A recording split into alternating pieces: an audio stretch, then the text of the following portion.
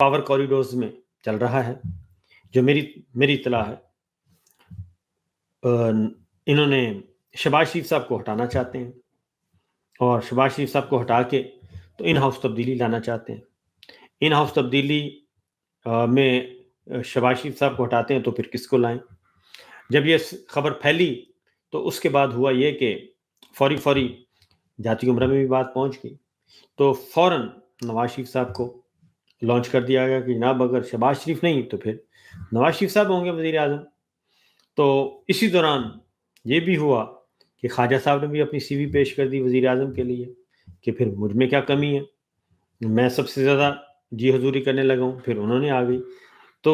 یہ جو خواجہ صاحب کو قابو کیا گیا ہے،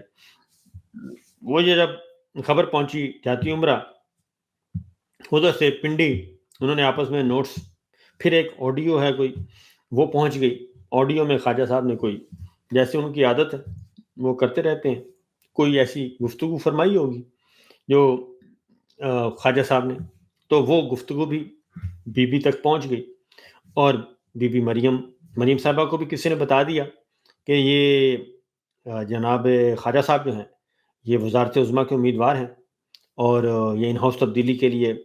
تو کر رہے ہیں، اور آج کل پنڈی میں بہت ان کا آنا جانا ہے کیونکہ فارم 47 انہوں نے دیا تھا، لہٰذا ان پہ نظر رکھیں۔ انہوں نے نظر رکھوانا شروع کر دی، ان پہ جب نظر رکھوانا شروع کر دی تو چیزیں آنا شروع ہو گئیں، تو چیزیں آنا شروع ہوئیں تو پھر ظاہر ہے پھر فوکس کیا گیا سیالکوٹ کو، اور سیالکوٹ کو جب فوکس کیا تو بات آگے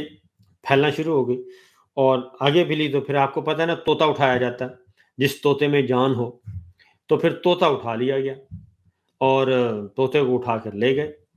اور اس نے پھر طوطے کو اب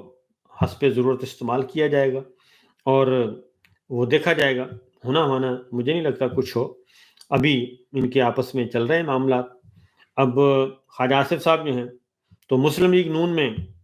اب رانا ثناء اللہ صاحب آدھی بات کہہ دیتے ہیں کہ ہاں خواجہ صاحب نے صحیح کہا،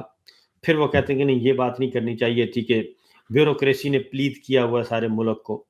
تو کیونکہ بیوروکریسی کے سہارے تو یہ حکومت کرتے ہیں تو یہ نہیں کرنا چاہیے تھا۔